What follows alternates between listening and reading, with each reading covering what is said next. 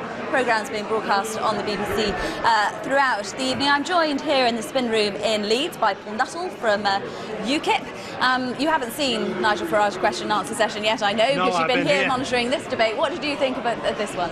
Well, I think, in regards to Mr Cameron, I think it throws up more questions than answers. He's made lots of pledges, financial pledges, in the last couple of weeks of the campaign.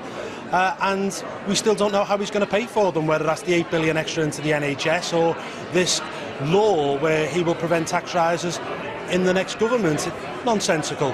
As for Mr Miliband, still doesn't trust the people over a referendum. You can see that because I think he knows that the people will give him the answer that he doesn't want, which would be to leave the European Union. And I just can't believe he said that the last Labour government didn't overspend. We all know they overspent, and that's why we ended up probably in the worst position out of anyone in the Western world when the crash actually happened.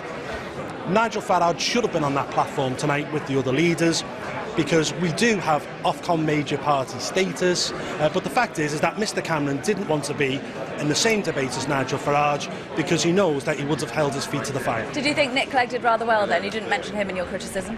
No, because he was probably the most honest, because what he said is that there will have to be some sort of deal after the election. None of the parties are going to win a majority, and I think Mr Cameron and Mr Miliband have rather backed themselves into silly situations tonight.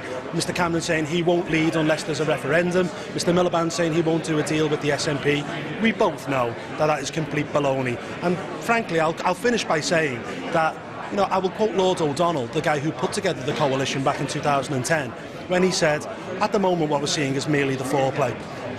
The consummation will happen after May the 7th. Right, just on the event itself, there was a lot of debate before these debates took place, if we can call them that. Don't you think, though, when you heard the questioning tonight, that actually it was a tough audience and it worked really rather well?